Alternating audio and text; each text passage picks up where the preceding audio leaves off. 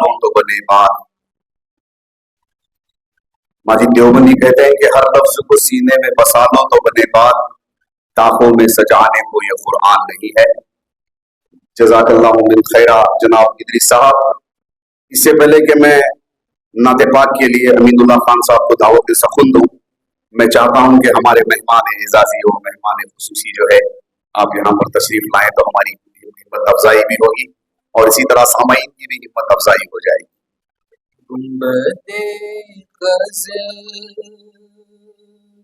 के दामन की हवा मांगी है, गुंबदे ग़ज़ल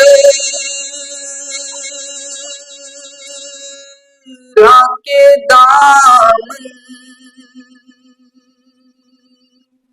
की हवा मांगी है।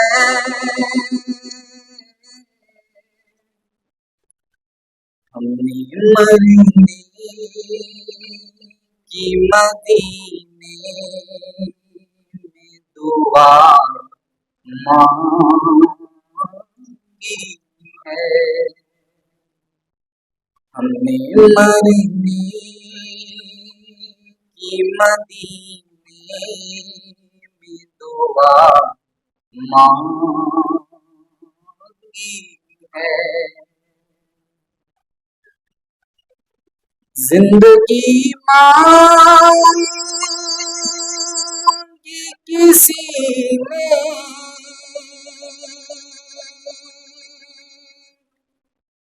तो किसी ने जन्नत,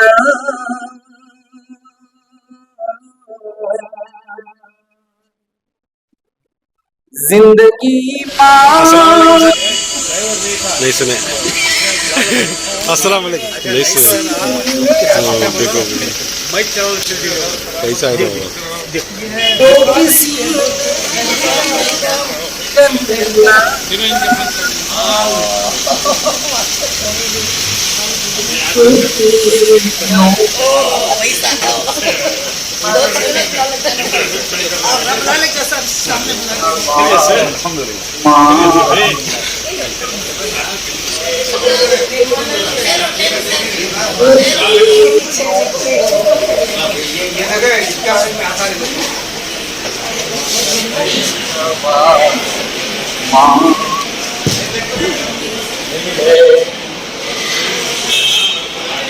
अल-मदद या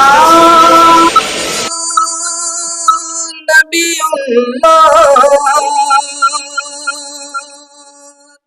है तुम्हारी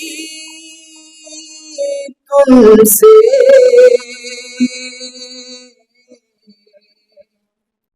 अल-मदद या नबीउल्लाह है तुम्हारी तुमसे काली कमली की पनाह पे खुदा मांगी है। गुंबदे ग़ज़ल के दामन की हवा मांगी है।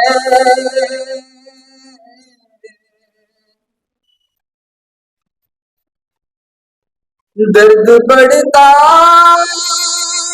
नहीं मिट जाता इशरत उनका दर्द बढ़ता नहीं मिट जाता है इशरत उनका जिसने दरबार मोहम्मद से शिफा मांगी है सल्लल्लाहु अलैहि वसल्लम। गुंबदे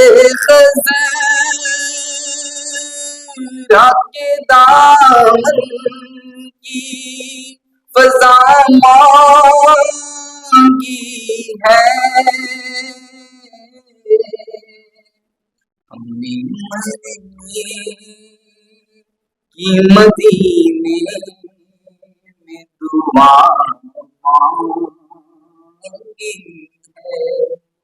अस्सलामु अलैकुम।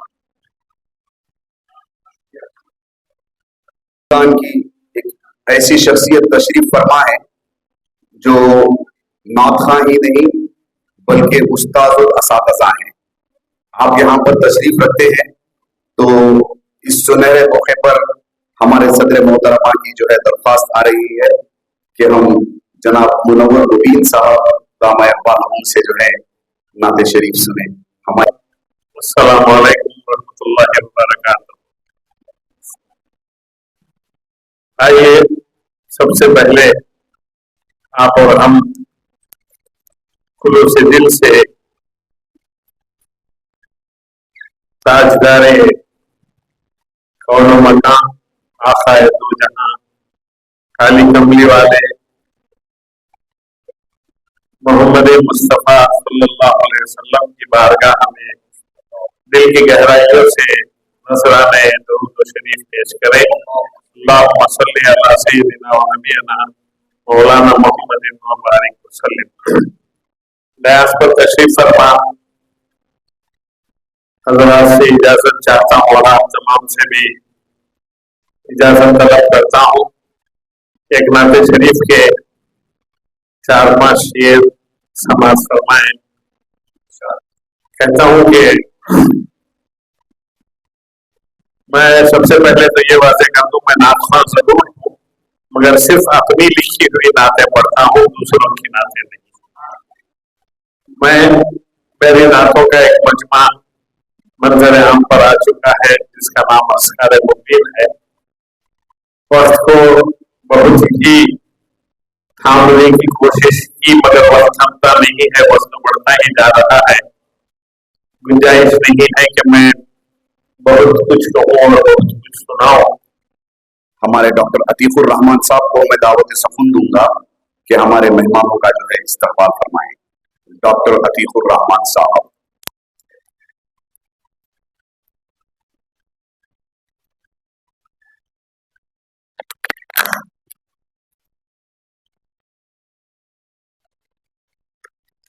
अस्सलामु अलैकुम रहमतुल्लाहि व बरकातुहू।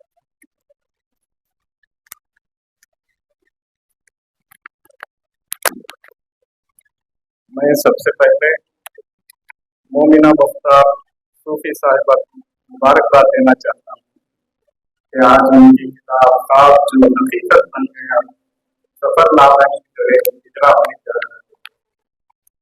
ख्वाब जो हकीकत बन गया, जैसा कि जिंदे लोग जो है ख्वाब देखा करते हैं, जैसे ख्वाब नहीं देखता तो उस पर एक शेर याद आता है, जैसे जिंदगी ख्वाब से ही फिर हकीकत कुछ है, ख्वाब जिंदा है तो जीने की अलामत कुछ है। तो इस तरह से जो है ये जो किताब है मोमिना मुख्तार की, दूसरों के लिए भी जो है इंस्पिरेशन है। जैसे तो जो है यहाँ तशरीफ फरमा के मेहमान है वो तारुफ के मोहताज नहीं है, फिर भी जो है इसका वादे करने के लिए कहा गया है। तो ये जो इस जलसे की जो सदारत थी हमारे हारी जनाब अलहाज तनवीर शेख साहब, इसी जनाब तनवीर शेख साहब आपसे हर दरख्वास्त है कि स्टेज पर तशरीफ लाएं। हमारे ख्वाब जो हकीकत बन गया सफरनामा की रस्म इजरा के इस जलसे में आली जनाब अलहाज तनवीर सेठ साहब वजीर हुकूमत कर्नाटक रुकन असम्बली के मुबारक हाथों इस किताब का रस्म इजरा होने जा रहा है। तनवीर सेठ साहब इस जलसे की सदारत फरमाएंगे। मैं फैजान उर्दू अदब और अंजुमन तरक्की उर्दू शाह मैसूर की जानिब से तनवीर सेठ साहब का खैर मकदम करता हूँ।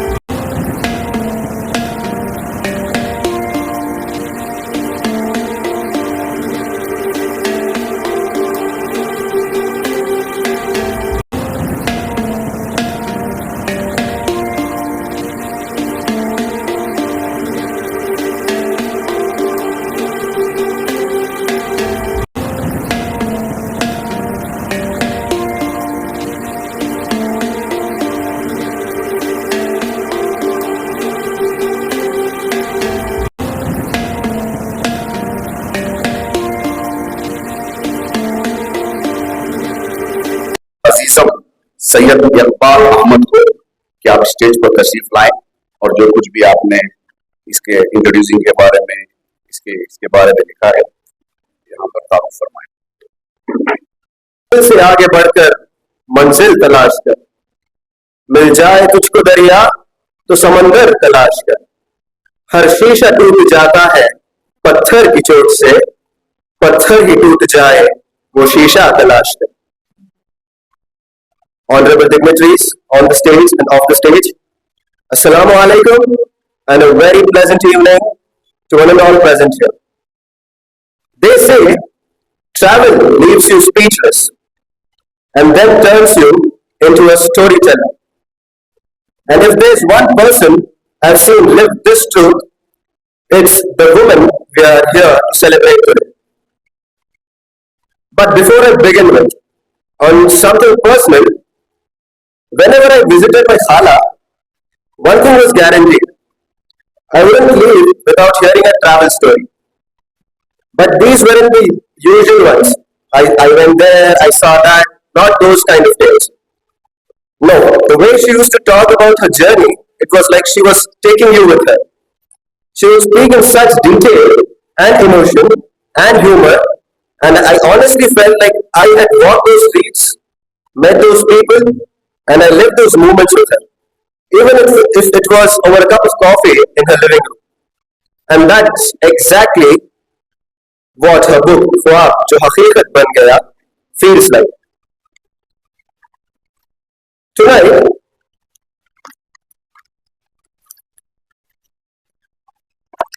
ख्वाब जो हकीकत बन गया, a collection of those stories from airport to cities, reflections to realizations, all tied together with her unique perspective and literary charm. Now, beyond being a brilliant storyteller, my khala wears many hats, and she wears them all with grace.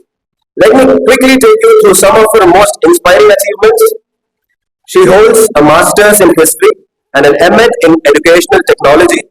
She is an Adib-e-Kamil from Aligarh Muslim University and a retired senior lecturer from the government PU College. Acting President Faizan Urdu Adab, Managing Committee Member of Bazme Batul and Bazme Tippu, Member Anjuman Taraqi Urdu, Member of Turabia Welfare Trust, Member Muslim Employees Welfare Association, Member of the Poet Association of Mysore, and member of the Muslim Girls Orphanage. She has organized and participated in countless mushairas, literary events, book releases, and cultural programs across India and even internationally. Her works have been published in respected Urdu publications like the Daily Salar, Urdu Ki Awaaz, and Al Farooq magazine. And her efforts have earned several awards, including the Best Headmistress Award, Best Resource Person in Urdu from the Central Institute of Indian Languages, Shimla, Best Academic Woman Award by the Bazme Batul, and most recently, the 2025 Karnataka Urdu Academy Award for her dedicated and selfless services towards Faizan-e Urdu Adab organization. Let's give her a good round of applause. Tonight, with this book, she adds another feather to her cap. This time, as a writer whose words are as real as the experiences behind them. Ladies and gentlemen, ख्वाब जो हकीकत बन गया isn't just a book title. It's a statement, a reminder that dreams don't expire. They evolve. They wait for the right time, the right courage, and of course, the right voice. And today we are lucky enough to hold that voice in our hands. The voice of a woman who dreamed, traveled, observed, reflected, and then wrote. So with immense pride, I present before you an educator, a poet, a community builder, and of course, my dearest Khala, the author of Khwab Jo Haqiqat Ban Gaya, Janab-e Muhtarma, Mrs. Momina Mukhtar Sufi Sahiba. Do a round of applause, guys.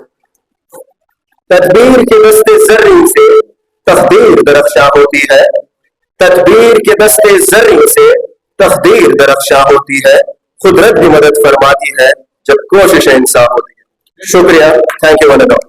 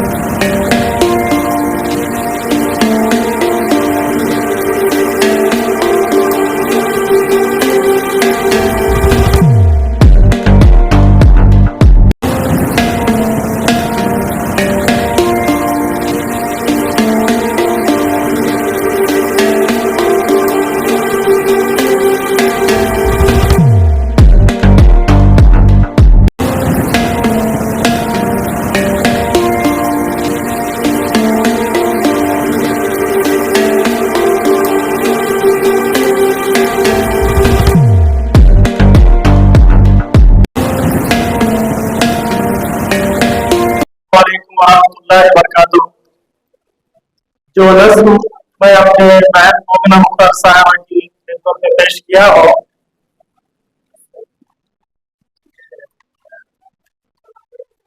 वो आपकी समाअत के हवाले कर रहा हूँ। कबूल फरमाइए। एक नज्म है, तौशीही नज्म है। आपके नाम में जितने हरूफ हैं, उन अल्फाज में जो पहला हर्फ है उससे एक एक मिसरा शुरू होता है इस तौशीही नज्म में। सवाल फरमाइए। फैजान उर्दू अदब मैसूर की रूह रवा सदर मोहतरमा मोमिना मुख्तार सूफी साहिबा की खिदमत में एक तौशीही नज्म पेश की जा रही है। मताए इल्म की है शान मोमिना मुख्तार, मताए इल्म की है शान मोमिना मुख्तार, वसूखे रब की है पहचान मोमिना मुख्तार, वसूखे रब की है पहचान मोमिना मुख्तार, नसीम सुबह का ऐलान मोमिना मुख्तार, नसीम सुबह का ऐलान मोमिना मुख्तार, हनूज उर्दू की खिदमत में आप है गुलशा, मिलाए आपको वरदान मोमिना मुख्तार, मिला है आपको वरदान मोमिना मुख्तार, खुदा हमेशा हिफाजत में आपको रखे। ये दुआ है, खुदा हमेशा हिफाजत में आपको रखे। तफाकुरे रहे ईमान मोमिना मुख्तार, तफाकुरे रहे ईमान मोमिना मुख्तार, अदा है ऐसी, अदा है ऐसी तखल्लुस भी रख लिया सूफी, अदा है ऐसी तखल्लुस भी रख लिया सूफी, रही में दहर का फैजान मोमिना मुख्तार। इन तमाम हुरूफ से जो शुरू होते हैं इनके नाम मोमिना मुख्तार, वो इसके अंदर प्रोया हो, इस नज्म के अंदर। अब जो हकीकत बन गया बरमौके रस्म इजरा, ख्वाब जो हकीकत बन गया, सफरनामा है आपका बरोज़ जुमेरात 12 तारीख 6वां महीना 2025। ख्वाब जो देखा कभी, ख्वाब जो देखा कभी बनकर हकीकत आ गया, ख्वाब जो देखा कभी बनकर हकीकत आ गया, बीते लम्हों का तस्वुर ज़ीस्त को तड़पा गया, बीते लम्हों का तस्वुर ज़ीस्त को तड़पा गया, मोमिना मुख्तार सूफी का सफरनामा है ये, मोमिना मुख्तार सूफी का सफरनामा है ये, फैज इसका वाकई उर्दू अदब पर छा गया, फैज इसका वाकई उर्दू अदब पर छा गया, इसका इजरा करने आए हैं मोहतरम तदबीर से, इसका इजरा करने आए हैं मोहतरम तनवीर से, ये सफरनामा उरूजे आगही को पा गया, ये सफरनामा उरूजे आगही को पा गया, हाँ जो देखा कभी बनकर हकीकत आ गया। सलाम अलैकुम। माशाल्लाह, बहुत ही रहमतुल्लाहि व बरकातुहू। Distinguished President of this evening function, former Minister of Government of Karnataka and present member of Legislative Assembly, Ali Janab Alhaj Tanveer Seth Sahab, President of Anjuman Urdu Hind and Editor of Passport, Janab Ubaidullah Sharif Sahab, Secretary Mubin Sahab, Professor Masood Siraj Sahab, and the distinguished personality of this evening, Mohtarama Momina Mukhtar Sufi Sahiba, intellectuals gathered here, members of the press, especially invitees, ladies and gentlemen. At the outset, my sincere apologies for just talking in English for a simple reason. I had to talk about the Safarnama written by Momina Mukhtar Sufi, which has already been given in detail in my foreword. She was my first batch student of the Farooqiya Junior College, and I was the founder president. And he fully utilized this opportunity to come to me and to ask me that I have to make a foreword for this book. I have no other alternative but to accept, because a teacher has to accept the student's request. Nevertheless, today I took this opportunity to address the August gathering, and particularly most people who are the Urdu lovers. But what my job, I am a professor of chemistry and environmental science and polymer science. I am more concerned about the welfare of the Urdu and welfare of the next generation than to talk about something which is very romantic, where the Urdu is indeed true. Well, Urdu है जिसका नाम, उर्दू है जिसका नाम हम, उर्दू है जिसका नाम हमें जानते हैं दार, सारे जहां में धूम हमारी ज़बान की है. The dark, the revered poet of the 19th century, he was the only left after the 1857. He is the man who had the happiest moment of the Urdu, because Urdu had already entered in the court, and particularly in the palaces wherein the refinement, I call that as intellectual honesty, amalgamated with intellectual aristocracy, and that is embedded with sophistication and the deliverance of this usage of the thoughts, is one of the remarkable aspects that one can think of. But nevertheless, if you want to just read this couplet and try to interpret in the present day era, it reminds me of another Ghalib's couplet, हजारों ख्वाहिशें ऐसी कि हर ख्वाहिश पे दम निकले, हजारों ख्वाहिशें ऐसी कि हर ख्वाहिश पे दम निकले, बहुत निकले मेरे अरमान फिर भी कम निकले. Well, in this context, I would like to just add another one misra next to this couplet. दिल को बहलाने के लिए गालिब ये ख्याल अच्छा है. What Dawg had mentioned, if you want to repeat this, दिल को बहलाने के लिए गालिब ये ख्याल अच्छा है. And that is the one, if I see somebody yawning, and among the ladies if they change the position, then that is an indication that you people are just above the level, and at that time, rightly pointed out by the President of this evening, I will stop this. But nevertheless, नहीं नहीं, then I will just take to mix it up. I take to mix it up for a simple reason. My goodness, I am sure that all the ladies are just intellectuals of our society, and they will understand better than him. Are you alright? Yeah, good. No, why I am choosing, and this is the what I am just telling it. My address to you will be in the three parts. The first part, I will be talking about Urdu as a language, Urdu as a literature, Urdu as a linguist, Urdu as a culture.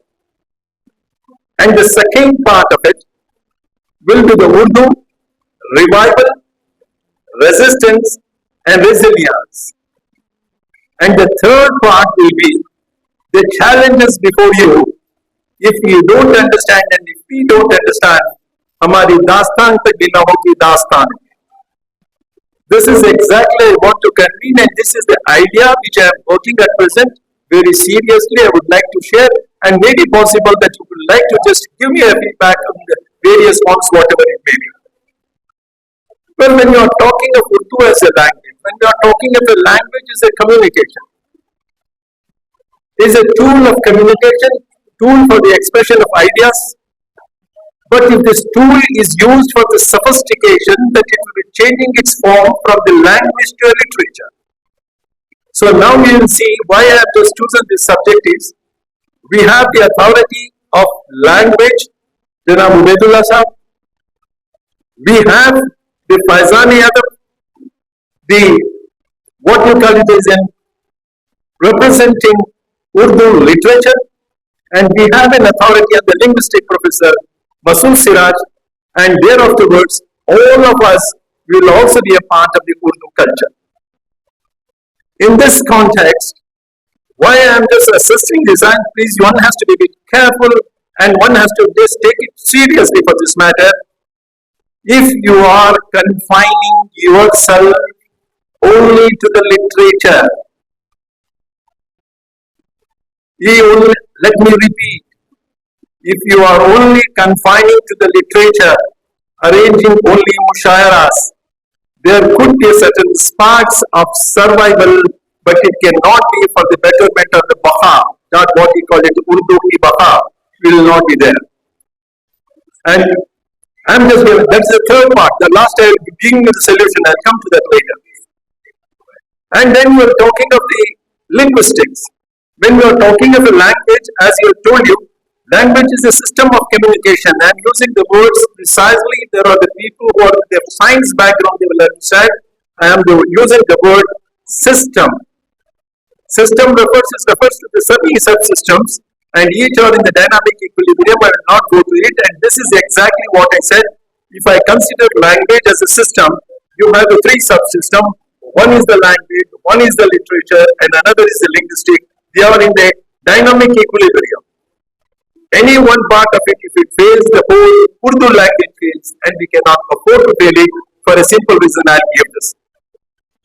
One has to be proud of it if his mother tongue is Urdu. Not that our mother tongue is Urdu, I'm telling you to be proud of it. It is that 100 million people speak in the whole world, 10 crore people speak Urdu. And at the same time, you will see in certain stages, you will see that you are going to just fail in some aspect, and in certain cases we need a revival despite there is a resistance, and there should be a resistance because it's a wonderful language. न पूछो ज़बान उर्दू की मिठास क्या है, न पूछो ज़बान उर्दू की मिठास क्या है, ये तो वो खुशबू है जो एहसास में बस जाए. This is the delicacy. And whenever you are talking of the Urdu, naturally one will see why we cannot allow it to die down. I am repeat again, Mr. Faizan. Pause here, Mr. Faizan. If we confine ourselves to the literature, God forbid, nauzubillah, the fate of the Urdu will be like a Sanskrit. So please understand that whenever you are giving Urdu को सिर्फ अगर अदबी की शक्ल में देना है तो समझिए कि इसका beginning of the end. Urdu को अगर बका चाहते हैं आप लोग, तो उर्दू को, उर्दू की ज़बान, उर्दू का अदब और उर्दू का जो लिंग्विस्टिक जो मैं कह रहा हूं उसके साथ जो तहजीब लगी हुई है, उसकी बका के लिए हम सोचना पड़ेगा. ये क्यों सोचना पड़ेगा? I think so the thing already Mr. President is understanding it, because he is also one of the important man who was there in the policy maker.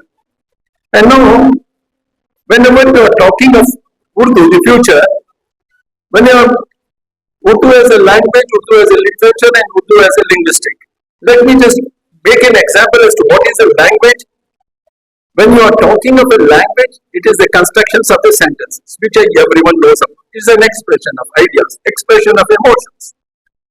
But when you are talking of the literature, you are refining the thoughts. Refining the thoughts in such a way, that's what I told you. I'll just try to just make it one more.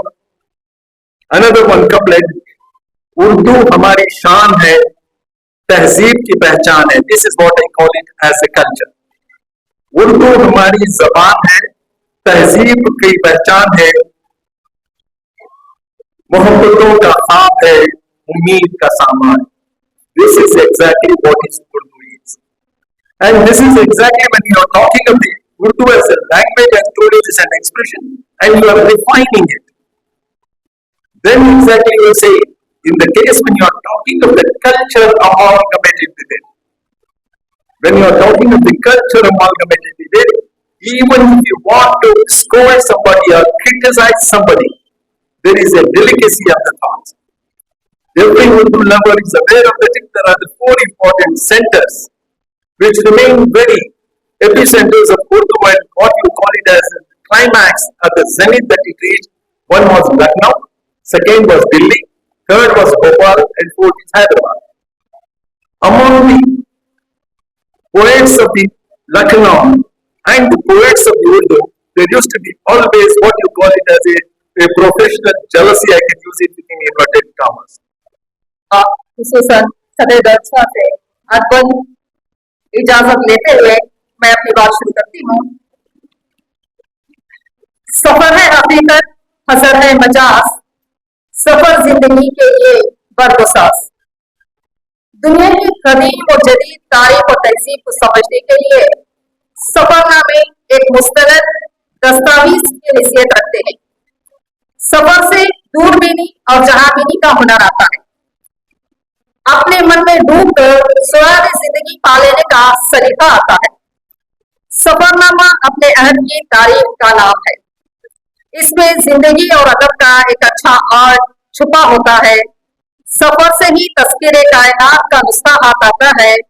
मुल्कों, शहरों, खित्तों और कस्बों की सयाहत से वहाँ की जोग्राफियाई हालात, लोगों के मुआशी, सियासी, तारीखी, इक्तिसादी और इल्मी तौर तरीकों से वाकिफियत होती है। मौलाना अबुल कलाम आजाद ने लिखा है कि मैंने आधा इल्म सफर से हासिल किया है। मुताले की तन्हाइयों ने मुझे ज़हनी बालिदगी बख्शी, लेकिन सफर के मुशाहिदों ने मेरी निगाह को वसअत दी। जो लोग सफर नहीं करते वो बिस्मिल्लाह के गुर्बत में रहते हैं। सफर इंसान को कौमों की सरगुज़िश्त और मुल्कों की तारीख का बिलवास्ता इल्म बख्शता है। ये सफरनामा ख्वाब जो हकीकत बन गया, मोमिना मुख्तार सूफी साहिबा ने लिखा है, जो रिश्ते में मेरी ननद और बड़ी बहन की तरह है, जिनको हम सब बाजी कहकर पुकारते हैं। हमने सुना है कि बाजी का बचपन ही से बहुत ज़हीन व कवी याददाश्त की मालिक रही। 18 साल की उम्र में ही वो प्राइमरी स्कूल की टीचर बन गई।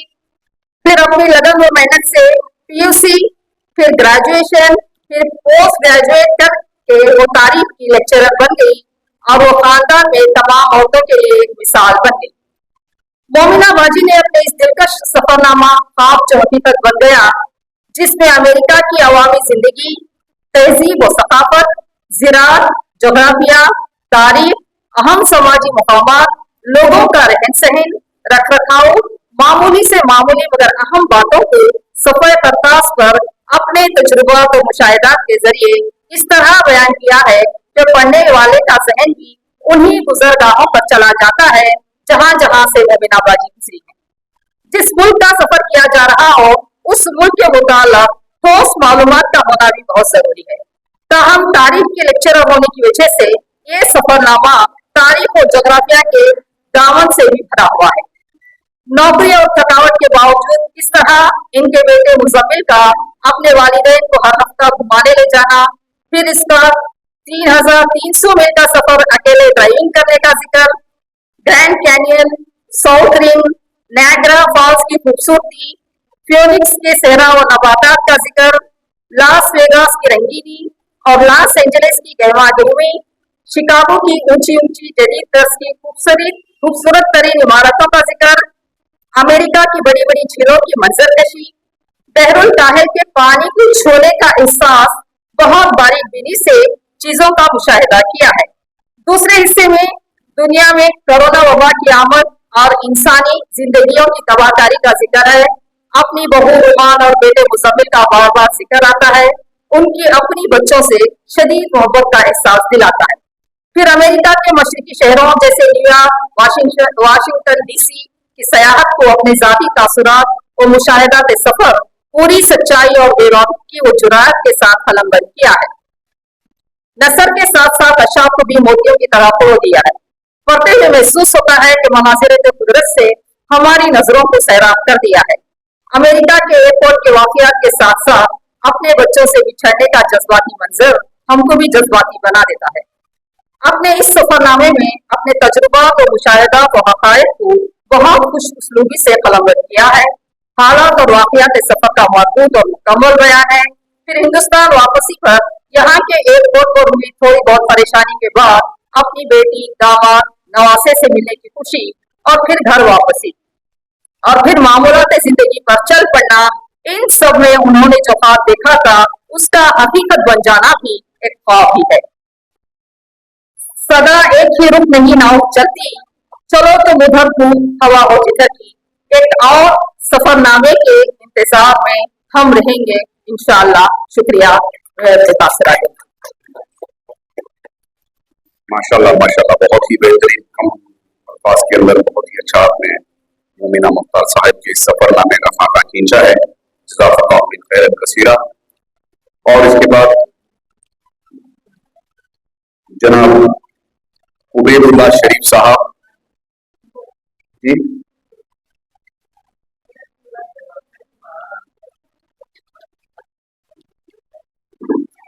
जी चाय पिए तक बोले।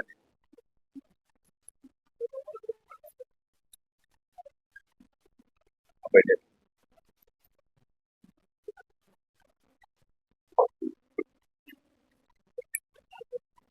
मैं दावत सफुन दूंगा जनाब उबैदुल्लाह साहब को, जो पासवान रोजानामा के चीफ एडिटर भी हैं और इसी के साथ साथ जो है उर्दू अकेडमी के आप माशाल्लाह सदर भी हैं। मैं आपको दावत सफुन दूंगा कि आप अपने तासुरात जो है इस सफरनामे के ताल्लुक से पेश फरमाएं।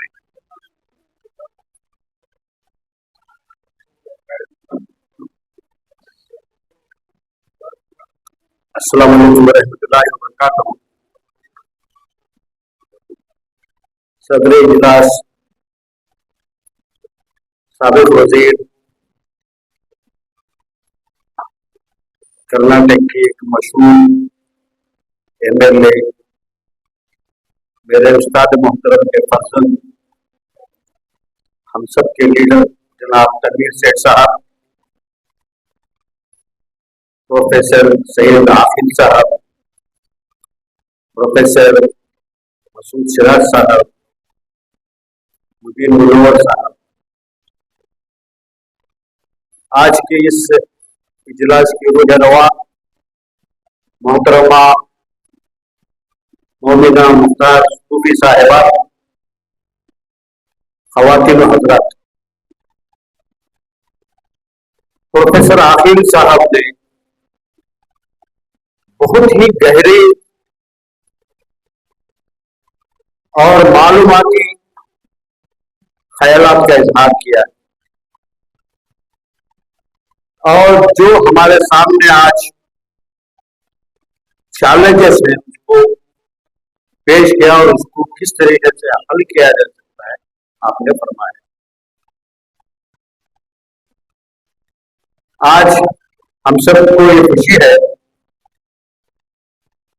कि मोमिना मुख्तार साहिबा ने उनका जो सुनहरा ख्वाब था अमेरिका के सफर का, और अगले जो है उनका सफरनामा जो है केरला का हो, परसों जा रही है। हम जो है बहुत काफी अरसे से जो है सफरनामा लिखना और पढ़ने का जो रिवाज है वो कम हो गया। पहले ये यूट्यूब, व्हाट्सएप, ये सोशल मीडिया नहीं था। जो सफर पे जाते वो सफरनामा लिखते और उसको पढ़ने के लिए लोग जो है, जैसा कि मुझसे खबर पहले जो मोहतरमा ने जिन बातों का सफरनामे के ताल्लुक से कहा, वो लोग पढ़कर जो है लुत्फ उठाते थे और मालूमात हासिल करते थे। तकरीबन 30 साल पहले मैं लंदन, फ्रांस और स्विट्जरलैंड वगैरह के एग्जीबिशन के सिलसिले में गया था, तो मुझे कई लोगों ने कहा कि आप एक सफरनामा लिखिए। खैर मुझे मालूम नहीं था 30-35 साल पहले कि क्या होता है सफरनामा, क्या लिखना है, क्योंकि उस वक्त जो है हमारा उठना बैठना प्रोफेसर आकिब साहब और मसूद शराफ साहब जैसी अजीम शख्सियत के साथ नहीं था।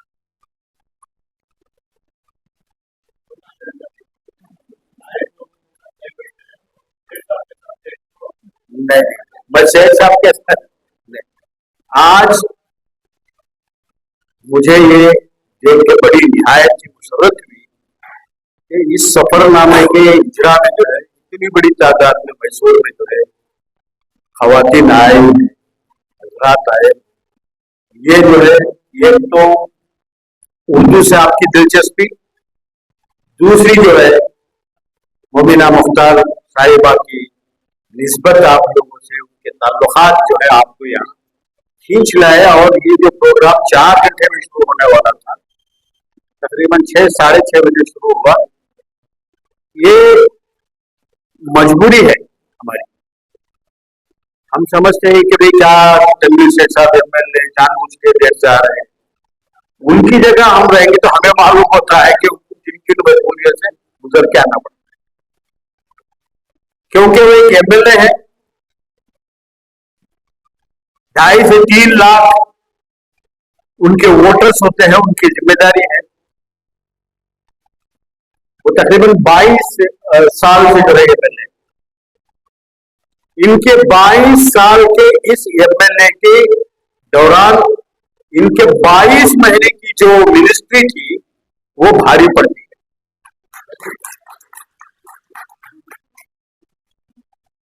मैं मेरी जिंदगी में बेहतरीन वक्फ मिनिस्टर अगर किसी को देखा है तो वो अजीज सेठ साहब। अजीज सेठ साहब के बाद दोबारा एक बेहतरीन वक्फ मिनिस्टर जो वक्फ एक्ट पढ़कर, जानकर, समझकर वक्फ के रूल्स बनाने में, वक्फ के ग्रांट्स देने में, वक्फ के तहफ़्फ़ुज़ करने के ताल्लुक से जो स्कीम्स बनाई गई, उस हिसाब से आज तक दोबारा शेख साहब के बाद दोबारा एक सेठ ही आया है, और तनवीर सेठ। मैं ये उनको खुश करने नहीं कह रहा हूं, मैं जब भी मेरे साथ किसी से मुलाकात होती है, बातचीत करते हैं, मैं ये कहता हूं कि सेठ से सेठ तक इसके ऊपर भी लिखा जा सकता है। 22 महीनों में मैं जब भी आपसे मिलता था, कोई ना कोई फाइल रहता था और फाइल उठा के सामने रखते, कहते कि देखिए मैं कर रहा हूं, फला जगह इतने ग्रांट्स दे रहा हूं। बोले ग्रांट्स कहां से ला रहे हैं,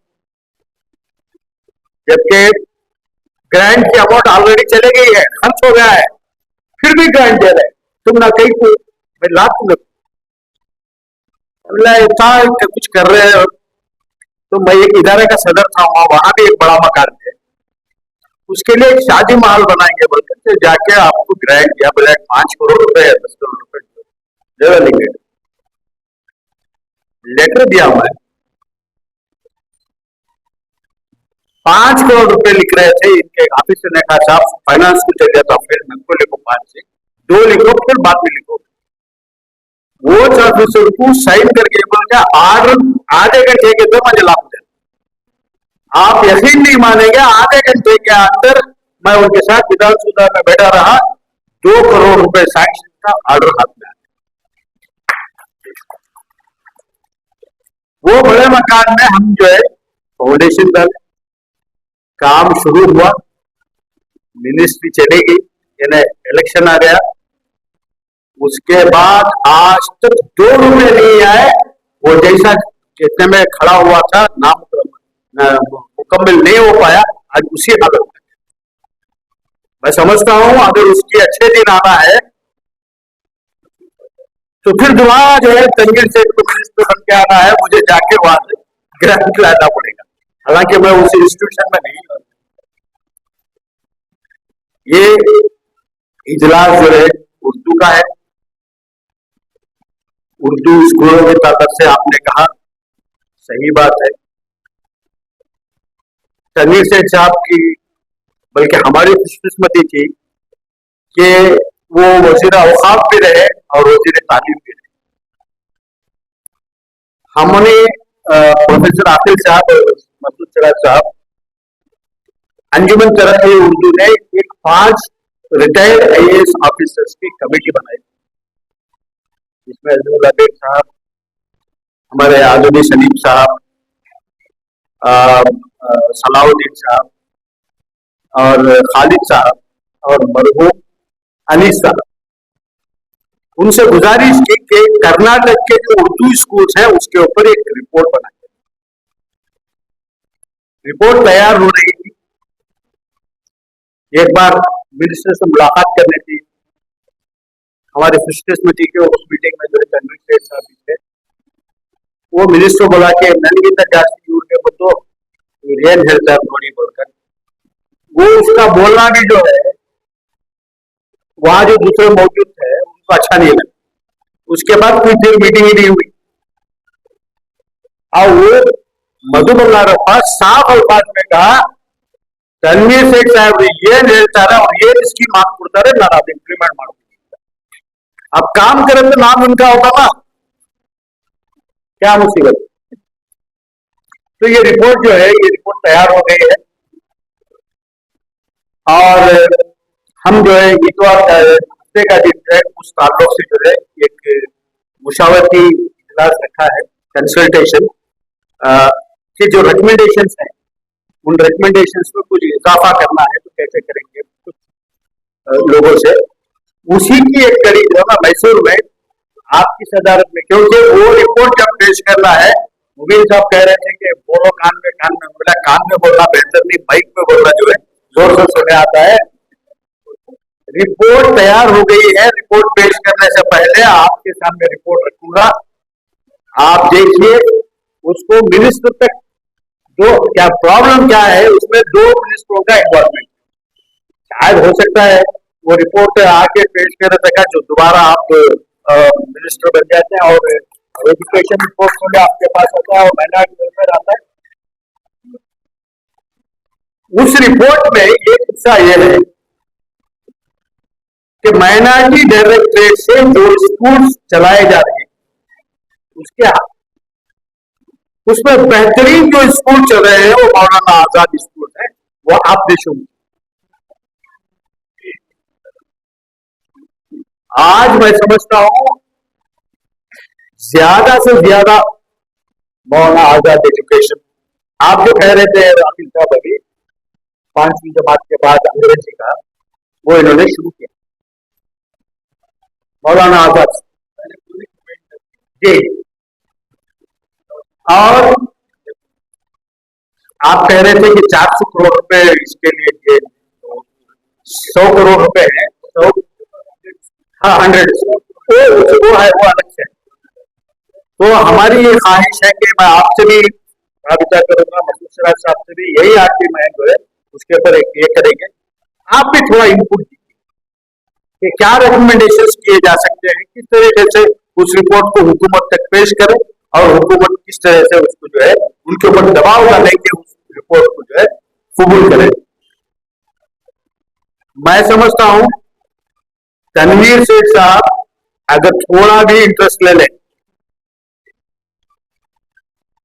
फिर एक बार बोल, तनवीर शेख साहब अगर थोड़ा भी इंटरेस्ट ले लें, उस रिपोर्ट की तरफ तवज्जो दें, तो वो रिपोर्ट जो है हम एजुकेशन मिनिस्टर और माइनॉरिटी वेलफेयर मिनिस्टर को पेश करना चाहते हैं। अगर आप चाहें तो वो रिपोर्ट चीफ मिनिस्टर की मौजूदगी में इन दोनों को दिया जा सकती है, वो काम आपसे करना। आज हालात बहुत नाजुक है, हम बहुत ही नाजुक हालात से गुजर रहे हैं। मैंने कहा कि जब तक शेख साहब आ रहे थे, हम यहाँ कमरे में जो है मसूद सिराज साहब और प्रोफेसर आकिल साहब से उनके नॉलेज से मैं कुछ हासिल करने की कोशिश कर रहा था। आज दूसरी मर्तबा जो है प्रोफेसर आकिल साहब को सुनने का मौका मिला। माशाल्लाह उर्दू मीडियम का स्टूडेंट इतनी बेहतरीन इंग्लिश बोल सकता है और उससे बड़ी बात क्या हो सकती है। आप भी उर्दू मीडियम से, आप बिहार से आए, उत्तर प्रदेश, लखनऊ। लखनऊ हमें आने का मौका मिला। वाजपेयी साहब का इलेक्शन था, हमें बहुत ख्वाहिश थी कि लखनऊ के ताल्लुक, लखनऊ को जो है अवध कहा जाता था। हमने फिल्मों में क्या था वो, मेरे महबूब, ऐसी पुरानी फिल्मों में जो है सुना था। अलीगढ़, तो वहां वैसे भी लखनऊ के अवध के ताल्लुक से काफी चर्चा, तो वहां देखा कि भाई अवध जा रहे हैं, लखनऊ है, वहां के साइन बोर्ड पे कहा ढूंढ रहे हैं, कहीं उर्दू नहीं। बिल्कुल, मैं, रहमान खान साहब सब थे, एक शायर थे किशन बिहारी नूर, आप भी थे, उनके घर में एक छोटी सी निशस्त थी, वहां गए थे, वहां सिर्फ उर्दू सुनने, क्योंकि शोरा थे वहां, तो उस वक्त उर्दू सुनने का मौका मिला। मैं आपको बताऊं, यूपी और बिहार 2011 का जो सेंसस है, उस सेंसस के हिसाब से जो है उर्दू जबान, जिन लोगों ने उर्दू जबान अपनी मादरी जबान कही है, वो यूपी और बिहार नहीं है। नंबर 1 महाराष्ट्र है, नंबर 2 कर्नाटक है, जहां के लोगों ने कहा कि हमारी जबान, मादरी जबान उर्दू है। पढ़ते कन्नड़ा मीडियम में है, लेकिन कहा कि हमारी मादरी जबान उर्दू है। हमारे यहाँ कब्रिस्तान में पैदा होता है बच्चा, आजान देते हैं, उर्दू सुनाते हैं, मरने के बाद दफन करते हैं, तख्ती जो है उर्दू में लगाते हैं। आप दिल्ली, यूपी, बिहार में दिखा दीजिएगा मुझे, सब हिंदी में है।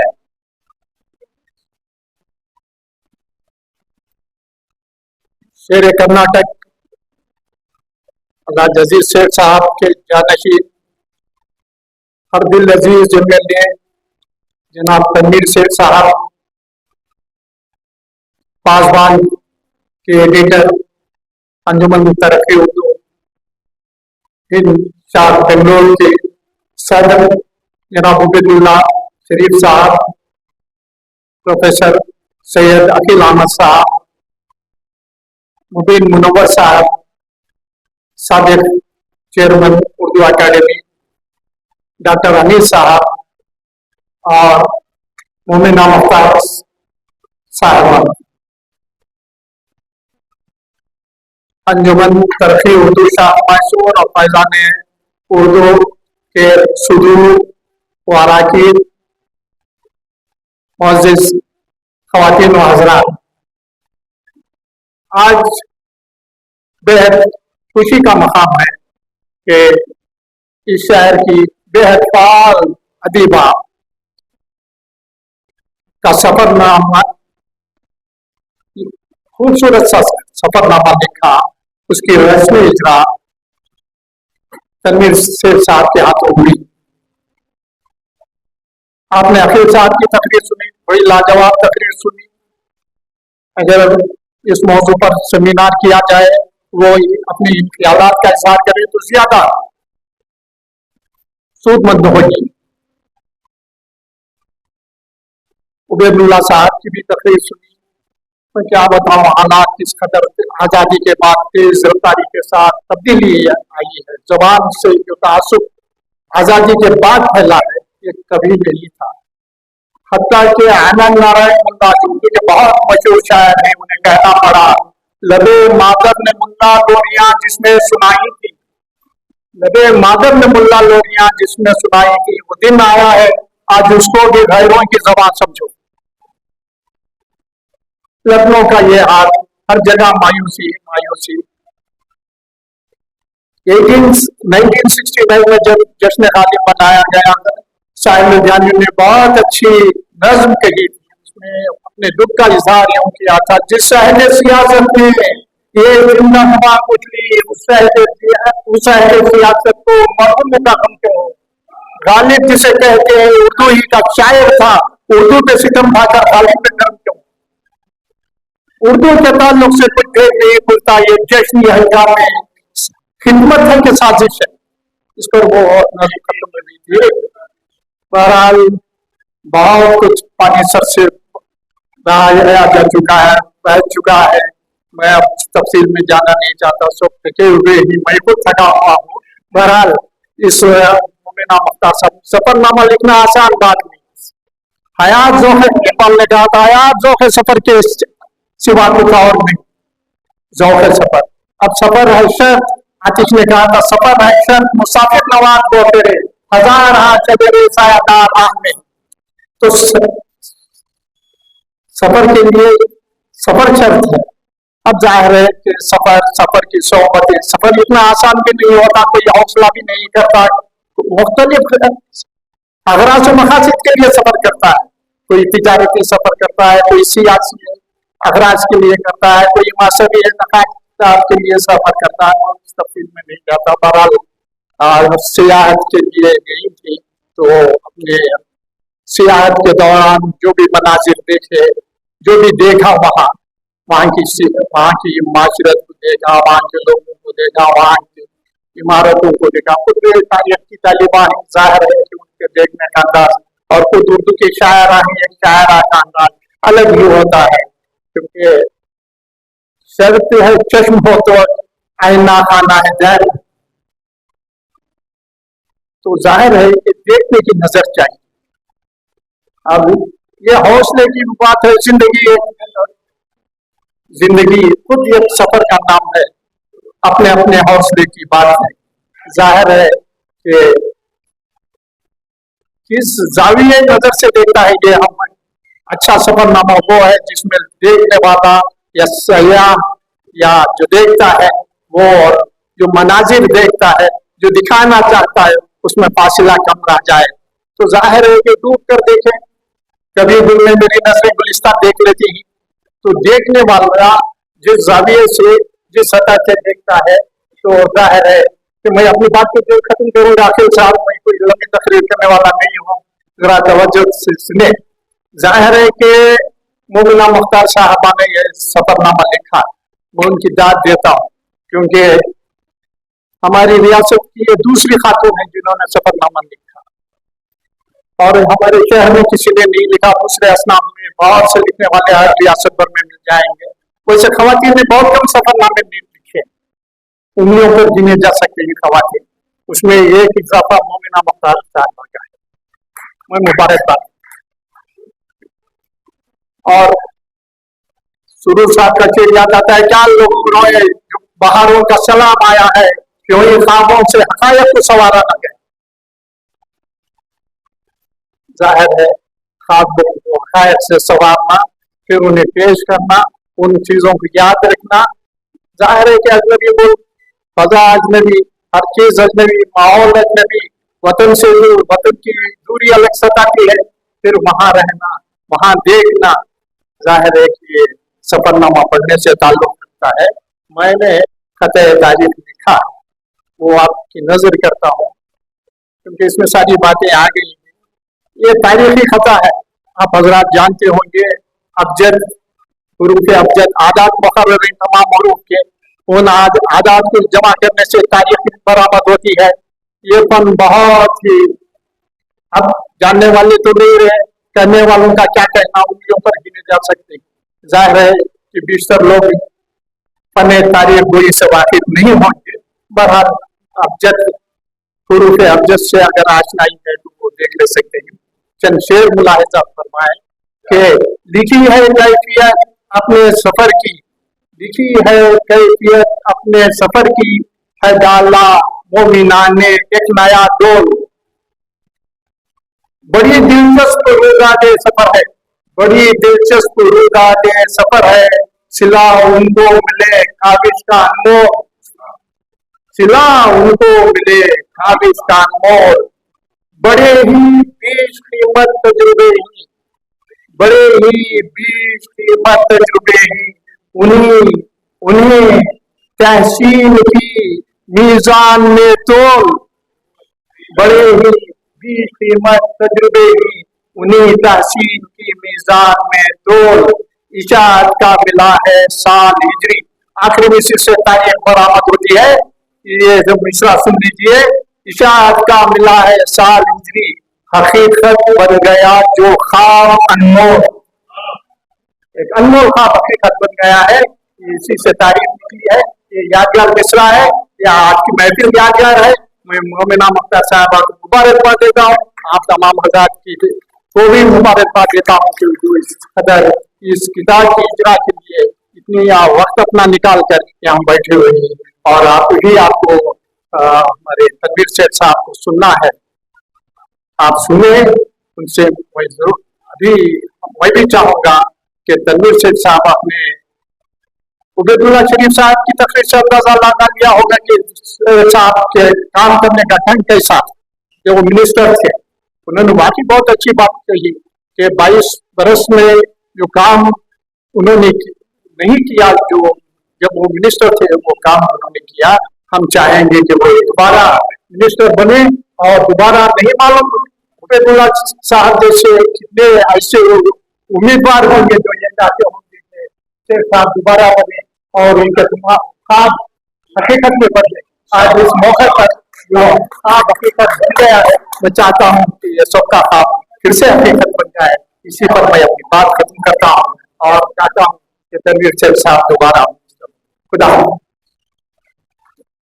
मोमिना मुख्तार साहिबा सूफी से मैं दरख्वास्त करूंगा कि आप अपने सफरनामे के तासुरात यहाँ पर आकर हमारे सामने पेश फरमाएं। अस्सलाम वालेकुम रहमतुल्लाहि व बरकातहू। शाह नशीम के हमारे उर्दू दुनिया के सितारे, मेरा सलाम कबूल कीजिए। मैं कभी नहीं मानती, अपनी बात कहना चाहती हूँ। यानी इस किताब में अपनी बात मैंने रखा है। इल्म और हुनर की बारिश होने लगेगी आज, इल्म और हुनर की बारिश होने लगेगी आज, मिट्टी मेरे ख्याल की नम कर रही हूँ मैं। ये सच है कि अदब उसी घर में पलता है जिसके सरपरस्त बाअदब हों और तहजीब से आरास्ता हों। आज के दौर में जहां आला कदरों से इनहराफ है, आला कदरों से इनहराफ है हो रहा है, वहां अखलाकी कदरों को थाम कर चलने वाले बहुत कम नजर आते। आमद बरसर मतलब ऐसे ही माहौल में मेरे वालिदैन ने मेरी परवरिश की। मेरे वालिद मोहम्मद जहीरुद्दीन मरहूम जो अपने पेशे से मीर मौलिम थे, और वालिदा अलहाजी अजमतुन्निसा मरहुमा जो उर्दू मुंशी कोर्स मैसूर की लेक्चरर थी और दरसो तदरीस से मुंसलिक थी, उन्हीं के नक्श कदम को मैंने अपना हमसफर बनाया। जिनके किरदार से आती है सदाकत की महक, जिनके किरदार से आती है सदाकत की महक, उनकी तदरीस से पत्थर भी पिघल जाते हैं। इस दौर में जब उर्दू पर तारीखियों के बादल मंडरा रहे हैं, अगर उर्दू का नाम लेवा पैदा होता है तो अंधेरी फिजाओं में उम्मीद के सितारे चमक जाते हैं और उर्दू का मुस्तकबिल आपनाक नजर आने लगता है। मेरी जिंदगी में कुछ इंतहाई अहमियत के हामिल मसरूफियात हैं जो कि मेरे कलम को मुअत्तल रखते थे। इसके बावजूद मेरा शौक है या आरज़ू, वो तहरीर और तकरीर, वो शायरी, वो मेरी जिंदगी का हिस्सा बन गई और एक मुसन्निफ के लिए अपने पैर में खुलूस लाज़मी अमल है। बकौल प्रोफेसर शेख अली मरहूम के एक मुसन्निफ की शख्सियत के अंदर 3 मीम का होना लाजमी है। 3 मीम का होना यानी मुतालिया, मुशक्कत और मश्क। अपनी फिक्रे की वो सफाई करतास पर उतारने के लिए उसका होना जरूरी है। तारीख इंसानियत मेरा शोबा है। तारीख इंसानियत, इस्लामी तारीख हो या हिंदुस्तान की तारीख हो या किसी भी मुल्क की हो, उसकी तहकीकी फिक्रोफन के जरिए मैंने जाती तौर पर तब आजमाई की है। तारीख को पनपने के लिए मुकाम का होना लाजमी है। तो और इसी को जोग्राफिया भी कहते हैं और मौजू मेरा पसंदीदा जोग्राफिया मौजू है। इस वजह से सियाहत मेरा मशगला है और ये जुनून के हद तक है। नए नए मुकामात की सैर, तभी हालात, कुदरती बनावट, खूबसूरत मनाजिर, वहाँ के लोगों का रहन सहन, रख रखाव, जबान और उन पर तारीखी मुशाहिदे इस सफर का मकसद है। कश्मीर से कन्याकुमारी तक हिंदुस्तान का चप्पा चप्पा घूमने के बाद हिंदुस्तान से बाहर मेरा पहला सफर हिजाज रहा। मेरा बेटा मुजम्मिल असगर और उसकी फैमिली अमेरिका में रहते थी। जब उसने मुझे वहां आने के लिए कहा तो मेरी खुशी की इंतहा नहीं रही। मेरा ये ख्वाब था कि मैं अमेरिका देखूं। वो ख्वाब जो हकीकत बन गया जी। और इसी वजह से मैं सफरनामे को जल्द से जल्द मंजर आम पर लाना चाहती थी। सफरनामा हमारे जमाने की एक मकबूल सिंफ है। उर्दू नस्ल की तरक्की के साथ साथ हमारे अदबी सरमाए में कई सिंफों का इजाफा हुआ है। सवाने निगारी, खुद नौज, इंशाइया और सफरनामा नस्ल की निस्बतन जदीद सिंफें कही जाती है। हर सफर एक तजुर्बा होता है। अगर किसी शख्स में इस तजर्बे को बयान करने की सलाहियत हो तो एक दिलचस्प सफरनामा लिखा जाएगा। पुराने जमाने में जब मुसाफिर सफर से वापस आते तो अपने तजुर्बात की रोदात दोस्तों और अजीजों को सुनाते थे। सफरनामे के मुताले से हमें अजनबी दयारों, दूर दराज के मुल्कों, तहजीबों और जगराफियाई हालत से आगाही मिलती है। बहुत से अनोखे किरदारों से मुलाकात हो जाती है। सफरनामा के मुताले से हमारी आम मालूमात में इजाफा होता है।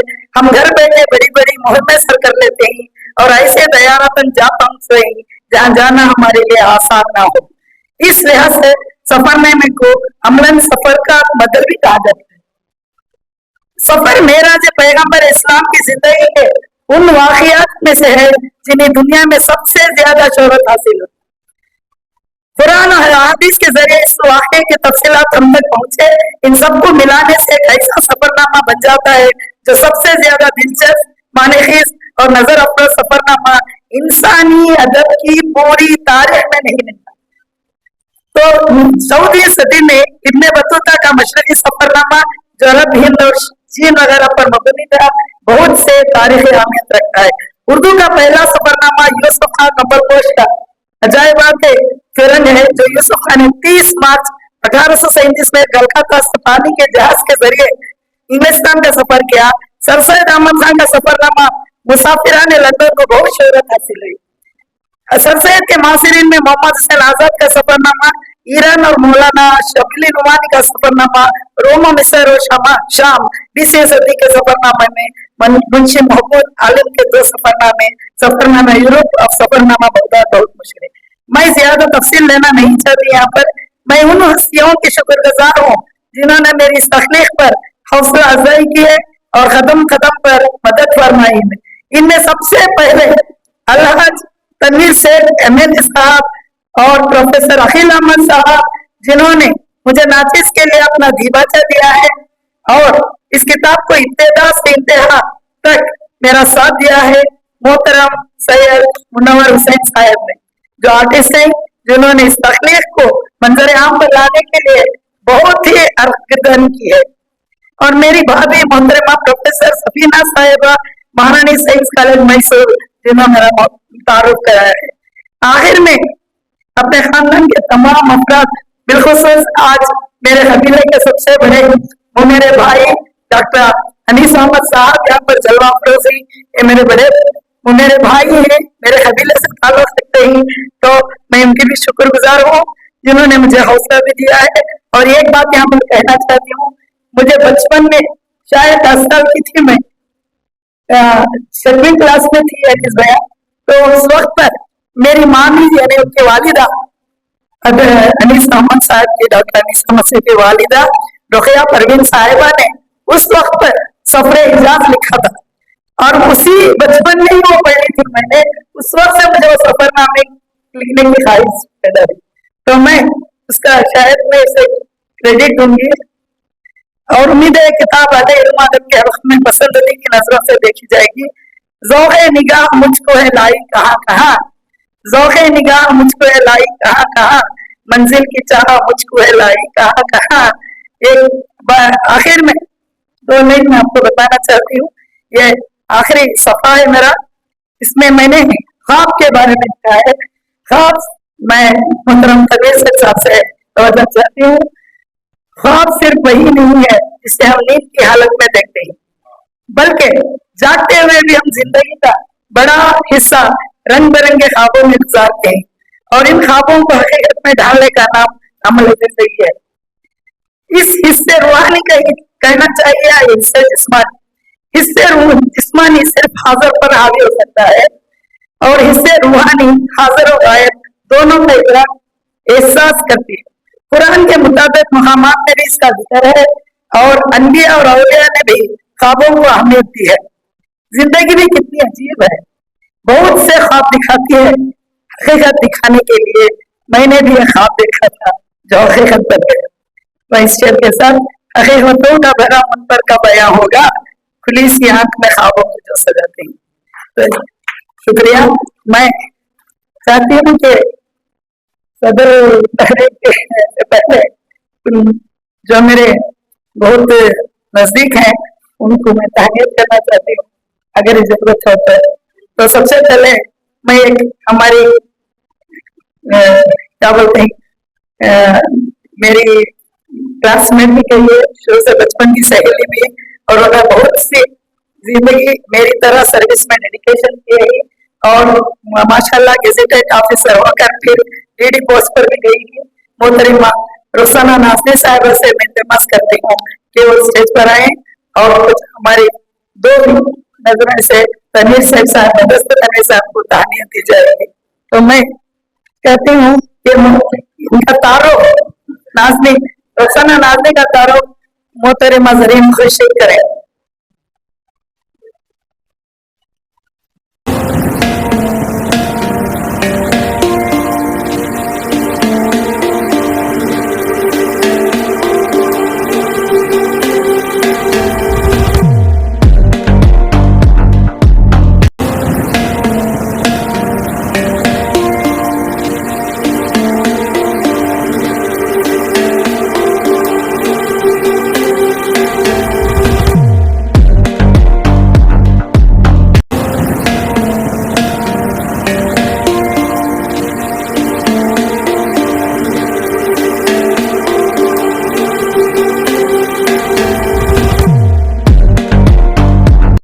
खवातीन के पीछे मर्द हजरात भी होना चाहिए। तो मैं और एक हस्ती यहाँ पर बुलाना चाहती हूँ, वो है फाजिल चांद के नाम से जानी जाती है, जिनके वालिद क्या है शहर मैसूर की मोतबर शख्सियत अब्दुल अजीज चांद और वालिदा खुशतर बानो साहिबा। फाजिल चांद जो है सेक्रेटरी उम्मत फाउंडेशन, और अभी अभी उनका पोजीशन जो है 15 point program prime minister 15 point program के मेंबर भी हो चुके हैं। और आप शहर मैसूर के एक बहुत अच्छे नाजिम कहलाते हैं और हर जलसे में और आपका जो जज्बा और दिलचस्पी अल्लामा इकबाल पर बहुत आपको गुर रखे ही उनकी शायरी पर।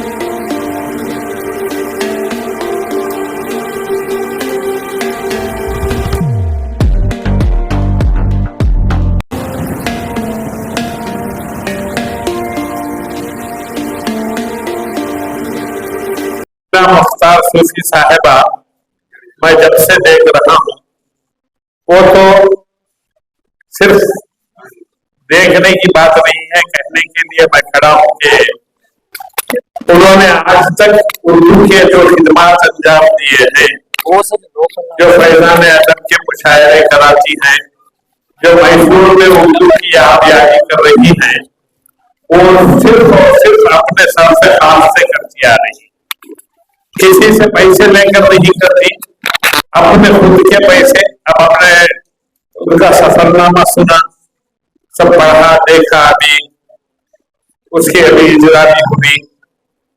15 साल पहले मैं अमेरिका गया था, वापस आया तो बहुत लोगों ने मुझे कहा कि सफरनामा लिखो।